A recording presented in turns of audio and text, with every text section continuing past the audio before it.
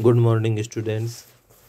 आज के इस वीडियो में हम इस्लाम धर्म के बारे में सामान्य जानकारी का अध्ययन करेंगे।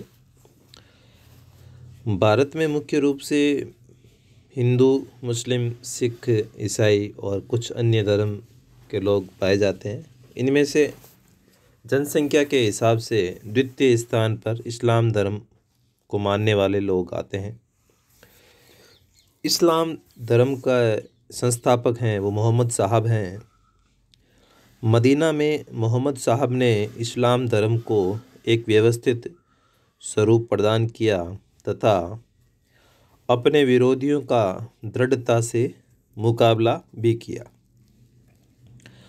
इस्लाम धर्म के मुख्य रूप से दो ग्रंथ हैं, एक है कुरान और दूसरा है हदीस। कुरान में वह ज्ञान संग्रहित है जो ईश्वर ने अपने दूत मोहम्मद साहब को दिया था। मतलब मोहम्मद साहब को ईश्वर के दूत के रूप में स्वीकारा गया है।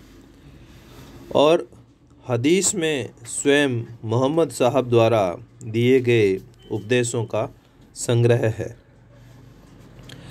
इस्लाम धर्म के विषय में पूर्ण जानकारी प्राप्त करने के लिए हमें पवित्र ग्रंथ कुरान को जानना अति आवश्यक है।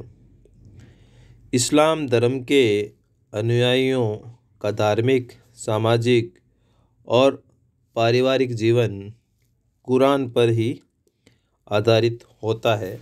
तो हम कुरान के बारे में कुछ जानकारी देखते हैं। इस्लाम धर्म के अनुसार मोहम्मद साहब अल्लाह के रसूल या पैगंबर हैं। कुरान में वह संपूर्ण ज्ञान संग्रहित है जो अल्लाह ने पथभ्रष्ट मानवता को सही मार्ग पर ले जाने के लिए मोहम्मद साहब को दिया था। कुरान शब्द की व्युत्पत्ति करयान शब्द से हुई है जिसका अर्थ है पाठ करना। इस्लाम धर्म के अनुयायी कुरान की आयतों का प्रतिदिन पाठ करते हैं।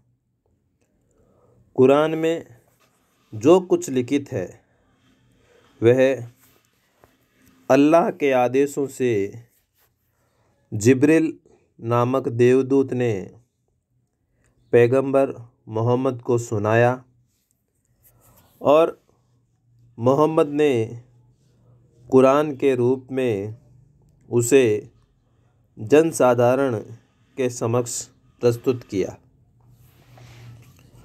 कुरान में कुल 114 अध्याय हैं, जिनमें से 90 अध्यायों का संग्रह मक्का में तथा शेष 24 का संग्रह मदीना में किया गया। ऐसी मान्यता है कि कुरान की मूल बातें तख्तियों पर लिखी हुई है और 7वें आसमान पर रखी हुई है।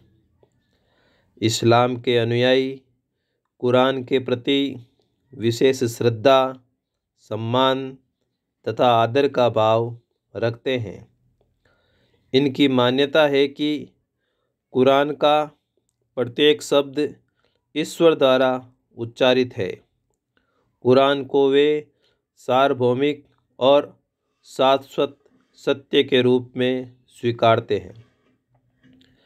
कुरान में अल्लाह और उसके द्वारा पृथ्वी तथा मानव की रचना, क़यामत का दिन, नजात, मुक्ति, सामाजिक कर्तव्य, मानव कर्तव्य, अच्छे और बुरे आचरण और दंड आदि पर विस्तार से प्रकाश डाला गया है। इस्लाम के अनुयायियों की मान्यता है कि कुरान में लिखे गए सभी सत्य संपूर्ण मानव जाति के कल्याण के लिए ही हैं।